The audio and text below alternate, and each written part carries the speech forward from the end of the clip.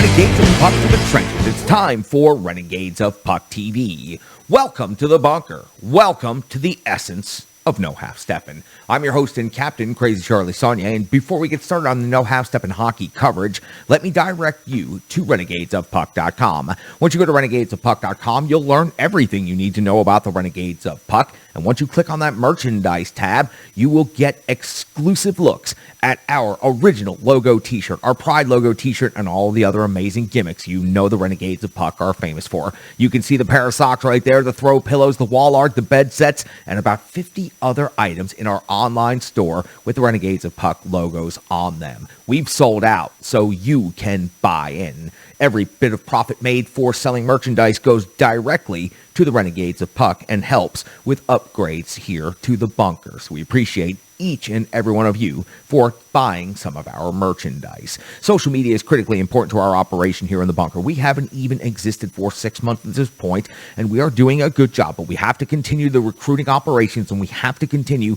building those 1,000 Renegades in the ranks strong. So please pass those links around. Give us a subscription on YouTube, and once you see the full episodes of Renegades of Puck TV, make sure you share those in your Facebook feed. If Facebook is not your preferred platform and Twitter is your preferred platform, then find us right there and give us a follow at Renegades of Puck. Many of you are finding us on that social media platform, and we really appreciate each and every one of you. You can also find all of the Renegades of Puck are very interactive on that platform. The Renegades of Puck can also be found on Instagram, and if you prefer an audio-only podcast version of this very show, you can find that on SoundCloud. We upload that as soon as we upload Renegades of Puck TV. So the essence of No Half Steppin' is available across a large spectrum of platforms. You can also find us behind the scenes live streaming on Twitch. We are building a great community over there, and we're having a lot of fun. We are changing the way you look at broadcast. It's not pretty. It's real broadcasting. I like to call it the plug-to-plug broadcast. I show you how the entire set and the operation is built. I plug in all the lights for you, and then we sit here and we warm up together. We do the show together, and then I go ahead and show you how we break everything down. I move the AV cart right in front of the Twitch stream for each and every one of you Renegades of Puck so that you can see exactly how it looks behind the scenes. F-bomb, second takes, mistakes. Believe me, you'll find them if they happen, and you'll find them over there on Twitch. Please become a partner of the Renegades of Puck. We really have some significant ambitions here in the trenches for the Renegades of Puck. If you would please go to Venmo and search Renegades of Puck or scan the QR code that's currently on your screen, it would be greatly appreciated. Thanks to some donations we received in just the last couple of days, stick taps, love, and respect to you, mysterious benefactor, we are going to be able to update what we are doing in our behind-the-scenes area and update some of our equipment, possibly getting a new laptop. That's incredible for the Renegades of Puck. That allows us to continuously upgrade what we are doing and make our content even better. Built by Renegades for Renegades. We can't do this without your support. So please, give us a couple of dollars if you can over at Venmo. Now, I know that you're here for the No Half Steppin' hockey coverage, so let's get right into it. Operation number 632 for the Renegades of Puck. That's right, I'm flexing on the rest of you. 632 shows strong. Every game in the bunker, in the trenches. Join us right here for the best, the latest, and, of course, non-stop, no half-stepping. So on this date in hockey history, the Nashville Preds currently find themselves in fourth place in the Central Division. 70 games played means just 12 games remaining on the season. The Preds currently have a record of 41-25-4. 86 points has them 4 points behind the third place St. Louis Blues, 5 points behind the second place Minnesota Wild, and 20 points behind the clinched Colorado Avalanche. After tonight's action, the Preds have a 2-point lead over the Dallas Stars, who just fell in overtime minutes before we came on the air here for Renegades of Puck TV. And it's almost pointless to talk about Winnipeg at this point, but they are still alive, 10 points back right now. Chicago, Arizona are unmentionable. The wild card standings update at this point after tonight's action. The Preds still sit in the number one wild card spot with 12 games remaining. They have 86 points. The Dallas Stars picked up 1 point tonight, now have 80 84 points, so 2 points behind the Preds with 12 games remaining. The Vegas Golden Knights have 82 points and 10 games remaining. And Winnipeg, again, in this race, still alive, but fading. 76 points, 11 games remaining on the season. Now, for the Nashville Predators, after they wrapped up this one-game road trip in Ottawa, full game recap coming up in just moments, they'll be back home to face off against a very difficult Eastern Conference opponent. On home ice, the Nashville Predators of Bridgestone Arena hold a record of 22-11-0, and that is highly respectable. They have a goal differential of plus 30, also highly respectable. But get a load of these numbers I'm about to read to you. If you have not been following along with what's been going on over in the Eastern Conference, let me reintroduce you to the Florida Panthers, who are 49-15-6, have 104 points, and are first in the Atlantic Division. A record of 29-6 on the road, and a goal differential of plus 84. In their most recent action, the Florida Panthers, going back to the 29th of March, scored a 7-4 victory versus the Montreal Canadiens. Not much of a surprise there. Picked up a 4-0 victory versus Chicago Blackhawks after that. Again, not much of a surprise. 7-6 overtime win at New Jersey. 5-3 win at Buffalo. And most recently, 7-6 overtime win versus Toronto in what is easily a candidate for the game of the year in the NHL. Now, where the Nashville Predators may have an advantage over the Florida Panthers in this particular scenario, though, is the fact that the Florida Panthers will be playing the Buffalo Sabres on Friday night. The Buffalo Sabres, of course, as we have seen in Nashville recently, are playing some very good and scrappy hockey as of late. So the Florida Panthers will be jumping on a plane after playing Buffalo and playing in an earlier start, not quite prime time, just a little bit earlier than that, here in Nashville. So the Preds are catching the Panthers in an opportune moment in the schedule. And let's face it, the Florida Panthers don't have a whole lot to play for at this point in the regular season. The Nashville Predators have everything to play for at this point in the regular season. Now, I mentioned the Nashville Predators. They have 12 games remaining. Once they wrap up this game against the Florida Panthers, they will take off immediately and get on a plane. So that scenario is reversed. Their opponents facing that. Then the Preds will face it home against Florida on the road Sunday in Pittsburgh. Also an early start. So the Preds have a very quick turnaround. Tuesday, San Jose will be at Bridgestone Arena. Thursday, Edmonton will be at Bridgestone Arena on the 16th. It'll be the Blackhawks the 17th. It'll be the St. Louis Blues. So the Nashville Predators will have an opportunity on home ice to make some significant progress in their chase to get to the playoffs. These two teams have played one other time this season. So for the Nashville Predators and Florida Panthers, they are closing out the regular season series. We go back to February the 22nd when the Nashville Predators went into Florida and scored a 6-4 victory. So out of the 15 losses that Florida Panthers have on this season in regulation, one of them is, in fact, to the Nashville Predators. Big Save Dave got the start in that game and went 44 out of 48. You've got to wonder if that's going to influence John Hines in the back-to-back scenario and which opponent he may choose UC Saros to end up facing. But in this situation, it may be who he wants Big Save Dave to go up against. Gino had 2 goals in that game. Forsberg had 3 points total, and Matt Duchene chipped in with 2 assists. Now, for the Preds, healthy except for one position right now, and we saw that tonight when the lines came out for the fourth line. McCarron listed as week to week. Now, this definitely hurts the Nashville Predators as McCarron has solidified himself in a large stretch of games now as the fourth line center of the Nashville Predators. He's become a big part of this team. So for the Nashville Predators now, the only hope is they can plug and play until he is back healthy and available, hopefully before the playoffs. But week to week does not sound like a great diagnosis at this point in time. Taking a look inside the numbers and the matchups of the Nashville Predators and the Florida Panthers, when it comes to goals for the Florida Panthers are just so far ahead in the NHL. 4.16 per game is first overall in the NHL. The Preds at 3.30 is actually a really good number. It's 10th best in the league, and it's almost a goal behind the Florida Panthers.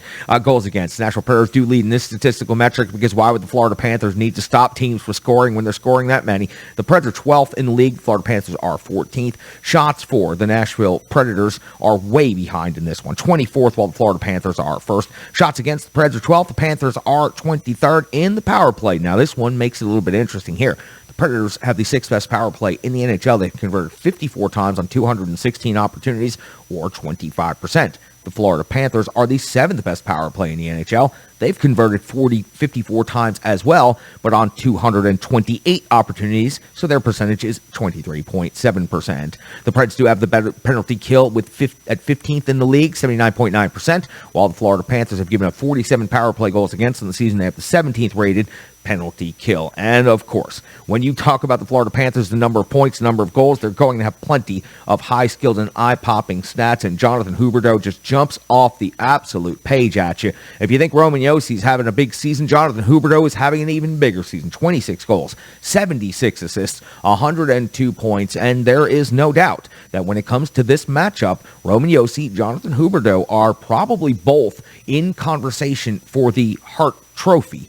I know that Roman Josi is a defenseman, and we have spent a lot of time this season talking about his Norris Trophy win, but Roman Josi should solidly be in the Hart Trophy conversation for the best player in the NHL this year. He is doing things that haven't been done in nearly 30 years in the NHL. I was just a young lad watching in front of the small TV as Brian Leetch scored 102 points, and now I am watching Roman Josi do it from the bunker. It is simply incredible. He is going to be a Hart Trophy finalist this season, and I think he should be given serious consideration as the MVP of the NHL. It's time to move and elevate the discourse above just being the best overall defenseman in the NHL.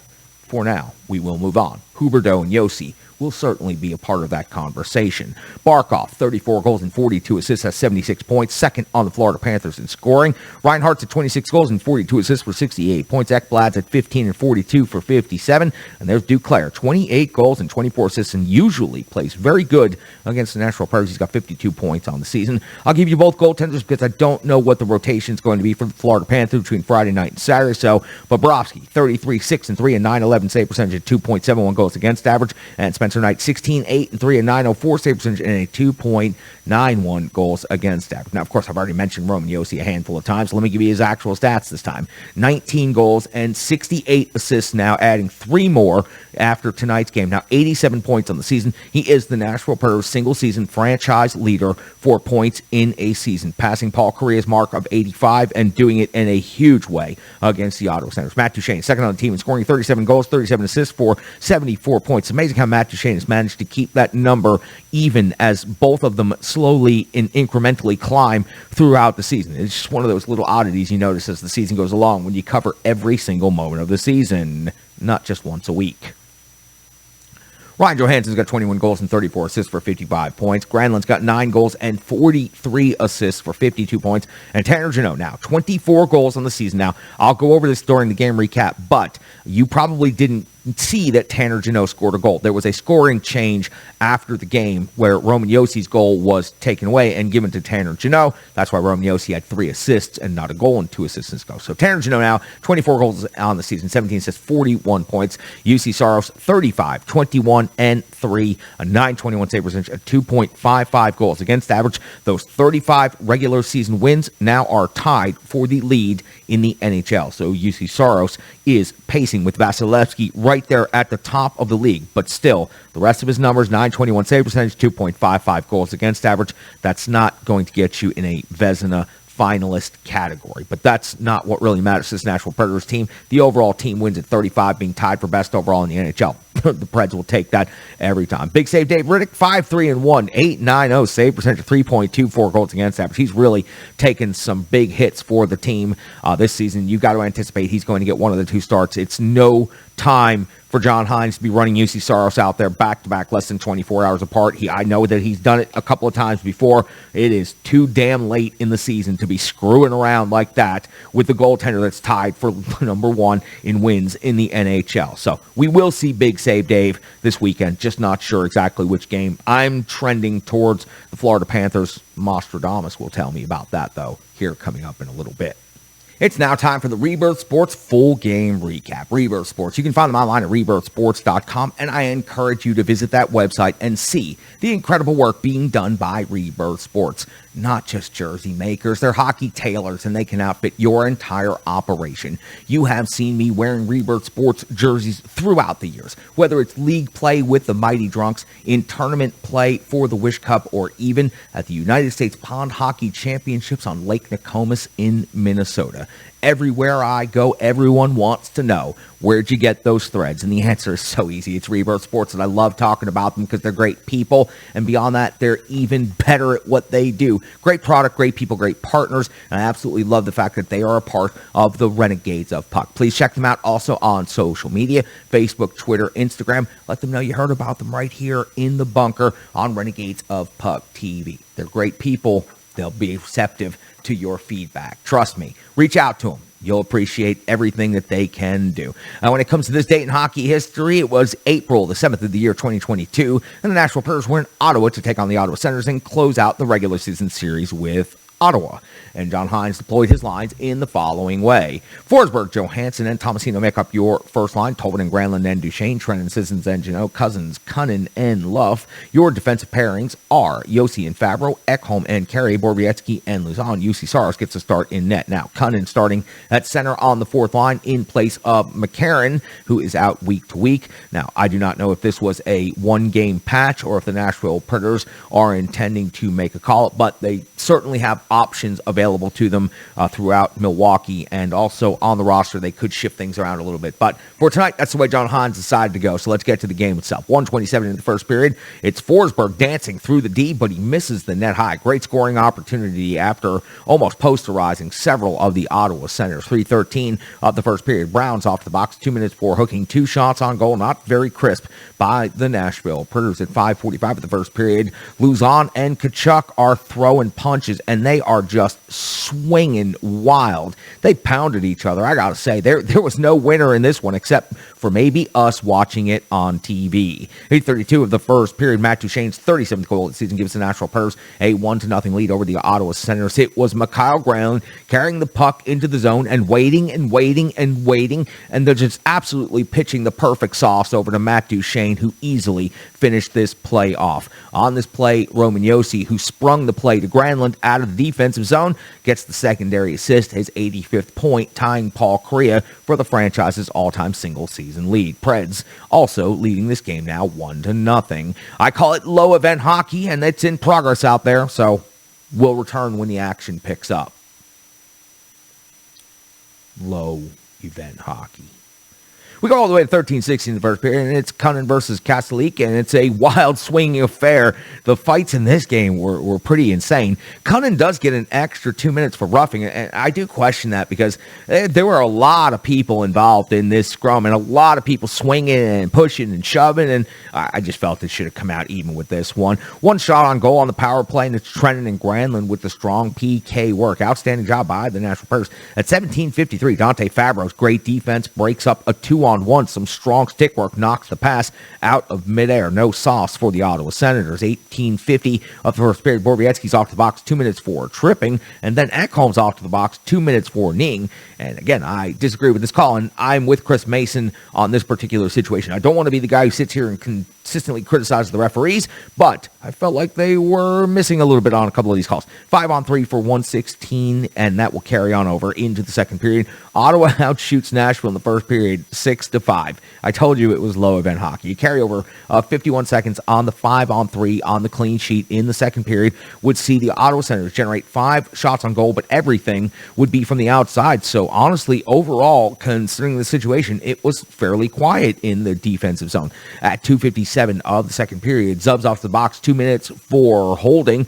Forsberg comes up with a save on Yossi's heavy shot, and that's, of course, Anton Forsberg of the Ottawa Senators comes up with the save on Roman Josi from out high. 7:44, Saros comes up with a save on Joseph all alone at the top of the crease. He would not be the only Ottawa center to find themselves in all alone on Roman Josi. At 8:04 of the second period, Ryan Johansson off the box. 2 minutes for roughing on Watson. It was a scrum after the whistle, and Ryan Johansson came in, gave a little bit more of a face wash. Honestly, I enjoyed seeing it, and I wish he would have gone ahead and gone further. You can tell that his teammates weren't troubled by him taking that 2-minute minor for roughing on Austin Watson, because you saw Trennan go out there on the penalty kill, and it was so good that I actually forgot the Predators were shorthanded. As a matter of fact, the Preds shorthanded, just misconnecting on a tic-tac-toe opportunity led by Colton Sissons. This PK unit and this particular PK shift, just incredible. Austin Watson would be a factor again, though, at 10:33. He's got a breakaway, and for Preds fans, highly unusual to see something like that.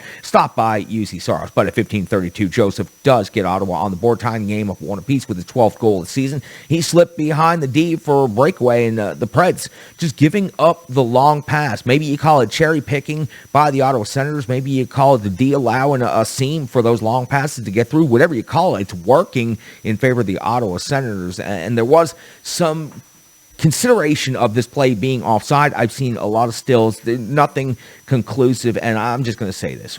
When it comes to the judgment of the Nashville Predators review crew, they have proven themselves in many occasions, and they almost always get it right. So them not challenging, I'm going to go ahead and just go with the Predators video review crew on this one, but it could not have possibly been any closer than that. So we've got a 1-1 hockey game, and we also find the Ottawa Senators controlling largely the later minutes of the second period, and they're doing it with speed. They're doing it by exploiting those seams up the middle, and they're constantly getting behind the Nashville Predators defense. All that said, it's still a 1-1 hockey game at the intermission, with the Preds outshooting Ottawa 22-16. 57 seconds into the third, UC Saros coming with a big save on Norris. Great tracking here as he makes the glove save and then reaches out and catches the rebound before it can fall into harm's way. At 4:36 of the third period, Norris's 31st goal of the season gives Ottawa a 2-1 lead.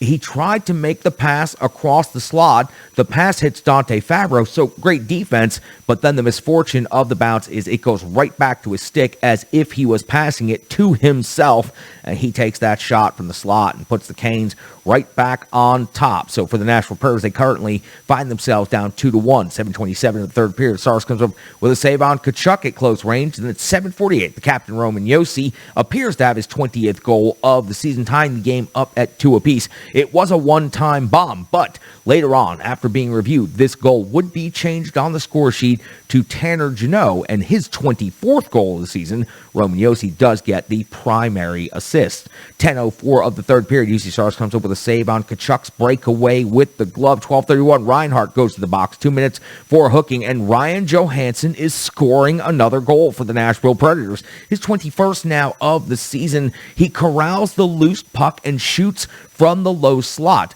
Roman Josi gets another assist. Duchesne also picks up an assist on this one. The Preds take the lead 3-2. At 16:14, we see Tkachuk go to the box. 2 minutes for boarding on Ekholm, and 2 minutes would go by with the Nashville Predators on the power play, and seeming like Matthias Ekholm just spent the entire 2 minutes retrieving dump-ins by the Ottawa Senators and being booed the entire time he was doing so. Listen, if you're booing him because you thought he took a dive on that Tkachuk penalty, you're absolutely insane. Look, he's a rough player, and he goes to the corners hard, but that was a penalty. Anybody who took a look at that objectively can tell that Matthias Ekholm got absolutely crushed into the glass, and it was frankly dangerous, and it could have been called more than 2 minutes, but it wasn't, so we all move on from it, and the game comes to its conclusion with the Nashville Predators coming away with the road victory 3-2, outshooting Ottawa 34-29. Look, they had to overcome a deficit in the third period, and they were able to do so. This was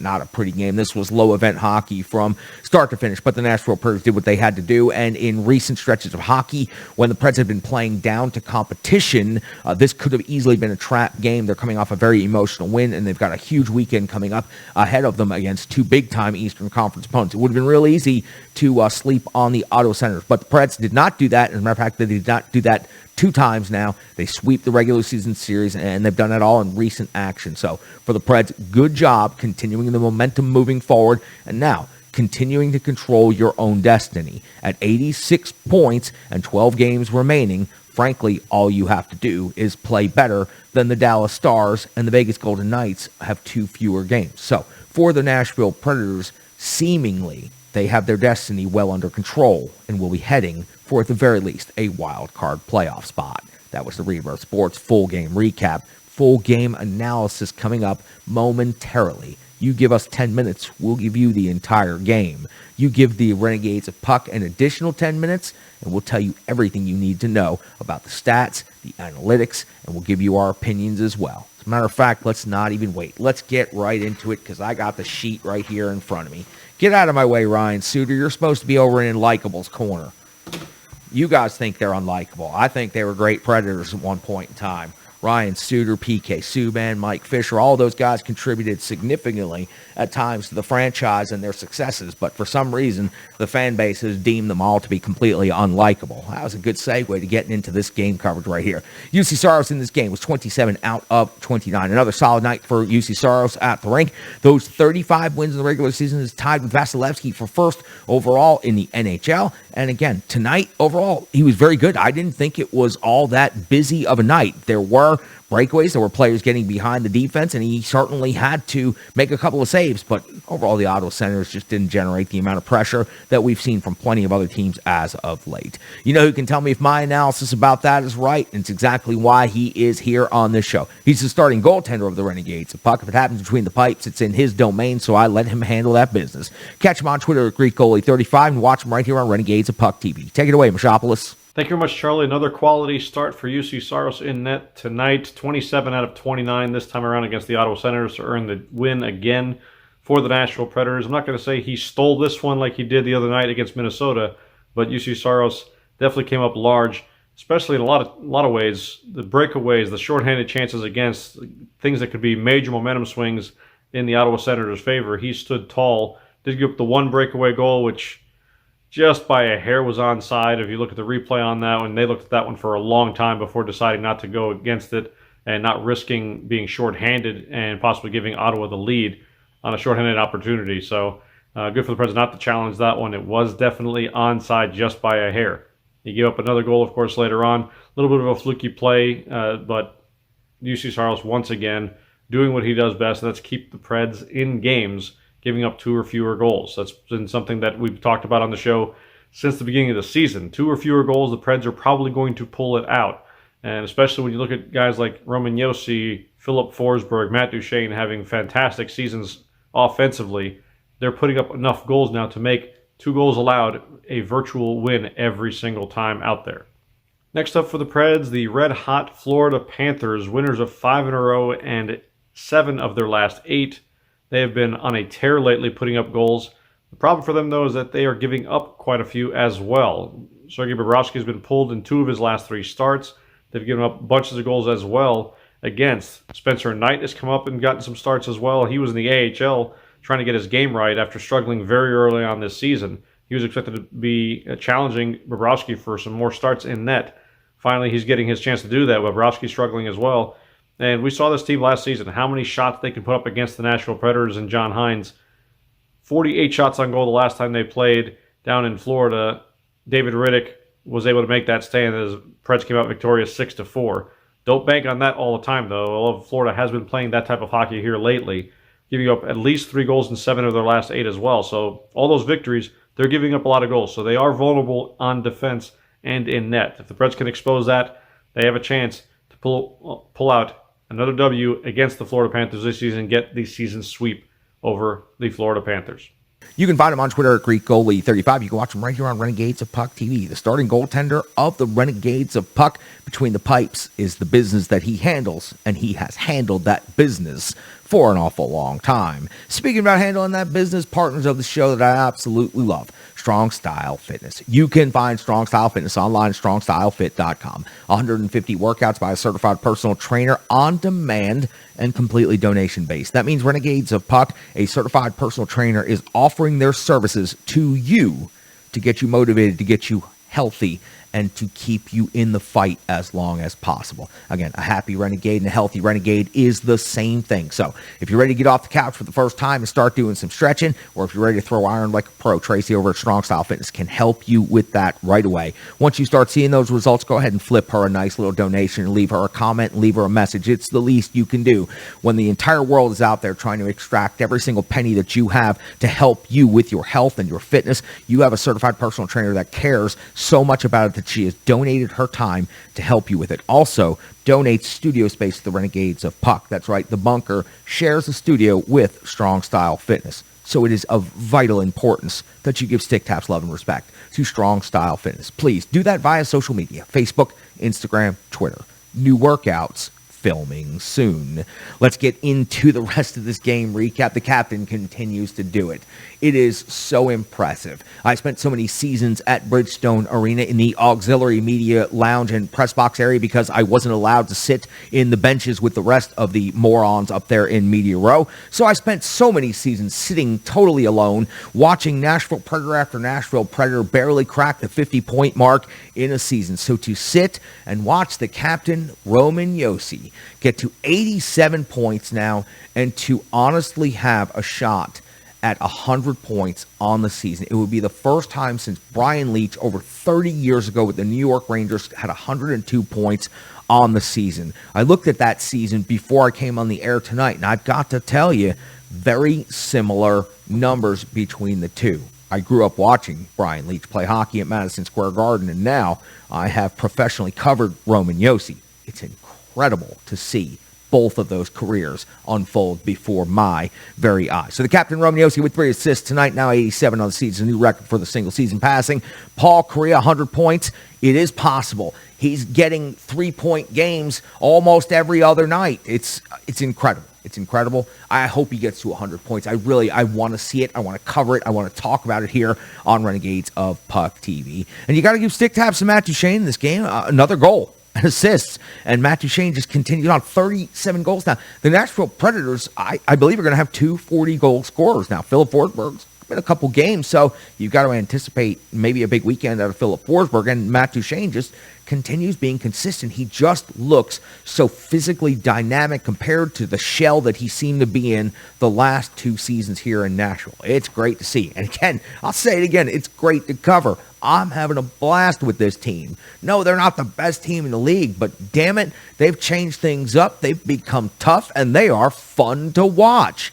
They really are. So give some stick taps to those fellas tonight for the big performances they had in this game. Also give some stick taps to this fellas. I see that Sean C. Smith is on the docket tonight. He's got some correspondence. He sent some intel from the front lines, and I always appreciate when Sean C. Smith jumps in the trenches with the Renegades of Puck. Catch him on Twitter at SCSOTF. Find his working on theforecheck.com and watch him right now. Thanks, Charlie. Hey, Renegades. It's Sean Smith, and let's talk a little bit about what we saw against the Ottawa Senators. Of course, it was a very emotional night for Mark Borowiecki. It was really great to talk to him earlier today after the morning skate. During his availability, just to hear him talk about how much the city of Ottawa meant to him, growing up in the city, playing for the Senators, and of course, coming to the Predators and having not been able to go back to play not just last season, but also at the beginning of this season because that game was postponed. I was reminded that he mentioned when the game was postponed earlier in the season that his mom was going to make lasagna for him. So I'm really hoping that Borowiecki got that lasagna before the game. And honestly, it was a great reception that he received when he got there. You can tell that we as a city have got an incredible individual on this team. And I'm really glad that he got a chance to finally be acknowledged by the Ottawa fans during a game. Didn't seem like it was ever going to happen the way things kept getting postponed, but it finally happened. And speaking of Mark Borowiecki, there's a lot of talk about physicality over the past few days. One of the players that I think stuck out the most over the past couple of games, and especially during the game tonight, fighting Tkachuk early on, was Jeremy Lauzon, who is the Predators' trade deadline acquisition, and I think he got a lot of negative press, really, because when he was traded, I think everyone was expecting maybe a bigger splash, or maybe not necessarily a bigger name, but someone they felt like would make a bigger impact. But the reality is, in Lausanne, they seem to have gotten someone who is willing to drop the gloves if needed and to do a very good job doing it. But at the same time, he's doing mighty fine as a third pairing defender, in my opinion. John Hines said that after a few games, he was starting to learn how they wanted him to play, and he was starting to embrace it very well. And I've said before that I really think he kind of got a raw deal, or at least a bad rap, when he was traded to the Predators, because a lot of people were looking at his production in Seattle, which honestly wasn't very good, but honestly neither is Seattle. And at the same time, I remember pointing out that the angry Preds fan on Twitter took a look at how he was used during his time in Boston and saw that it probably wasn't the best thing for a very young defender to be doing, playing top pairing minutes and honestly just not being used in the right way, not being developed. And we all are aware that Nashville knows how to develop defenders. So it seems like this has turned out to be a good fit. Ryan Johansson even said after the game tonight that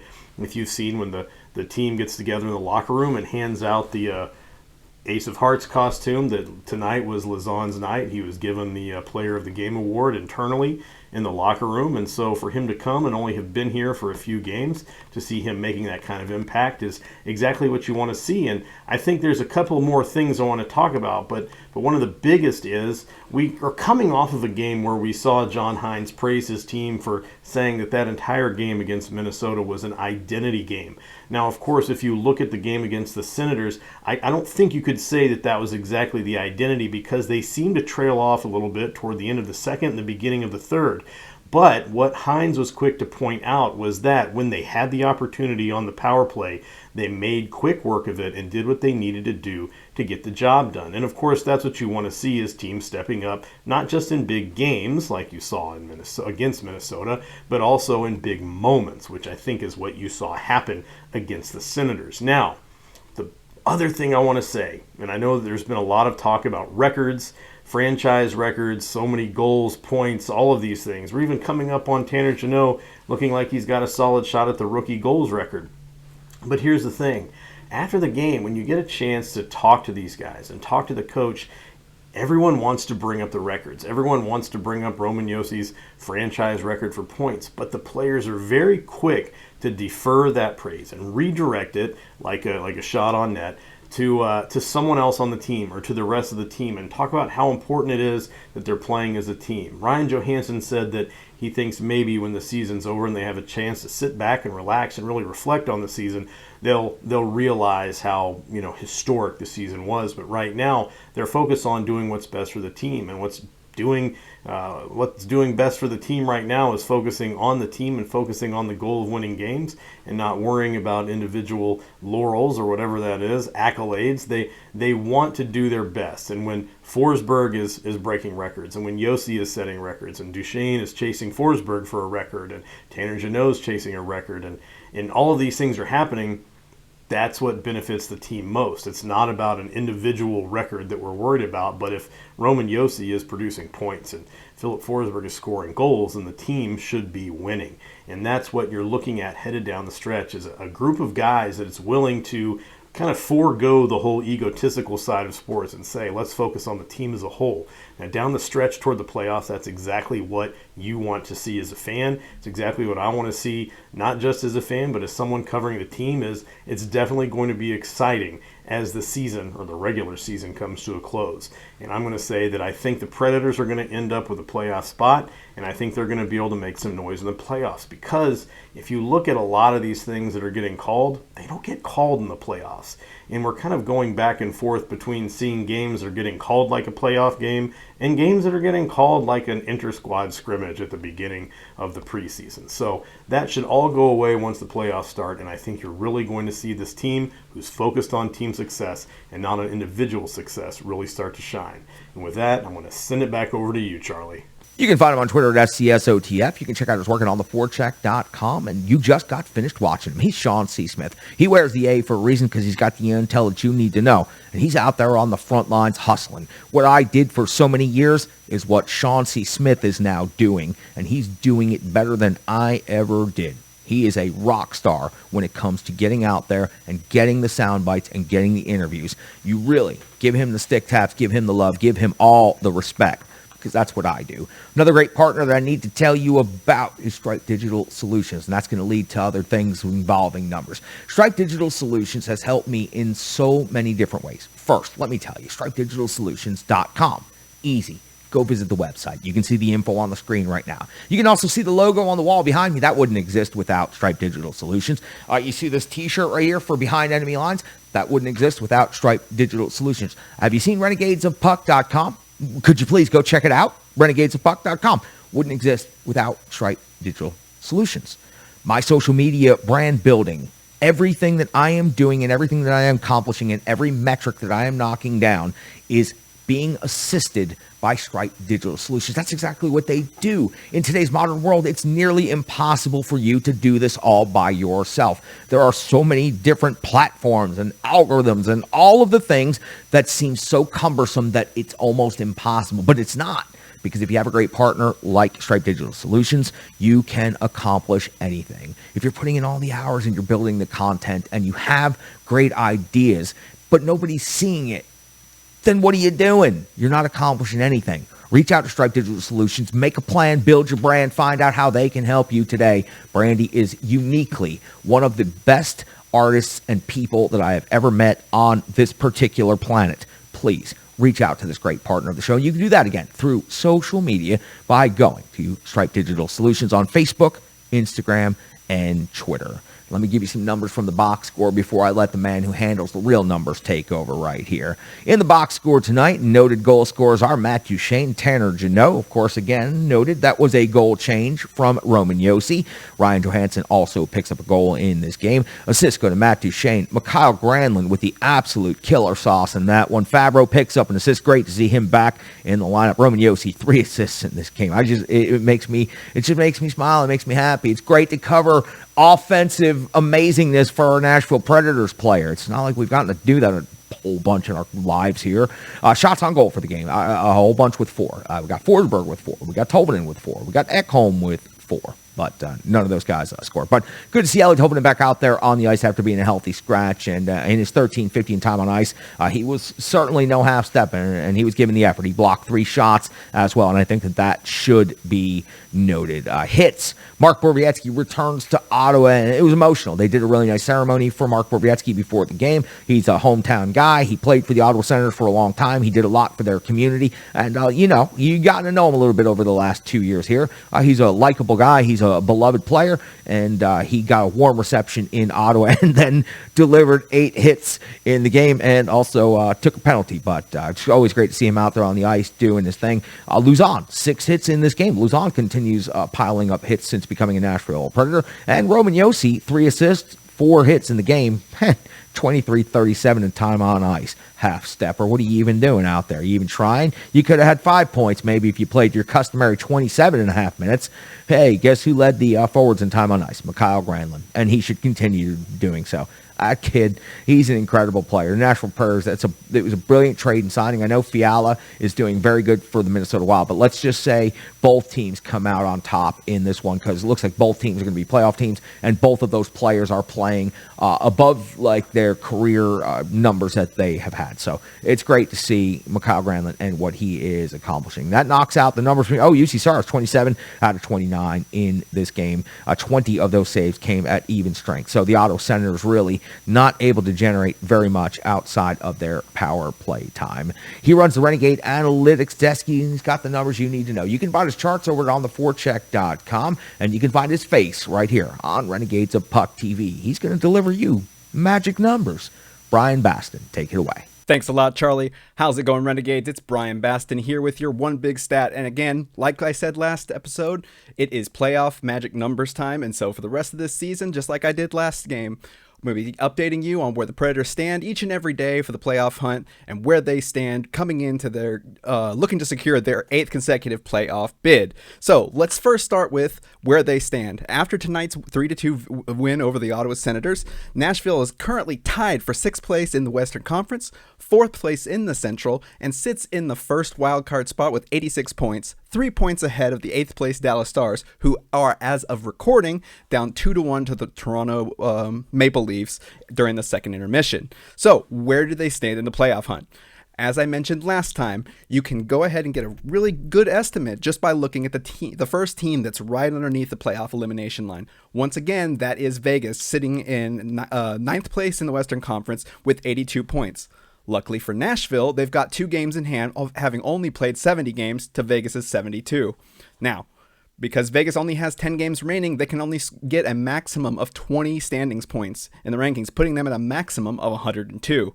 Nashville can match that 102-point maximum with just 16 points, and so getting more points than the 9th place team will get you a playoff spot. So Nashville has 12 games remaining, 24 possible points to get 16 points. So getting points in 2/3 of the rest of their games this season. And at the rate they're playing, I think they've got a pretty good shot.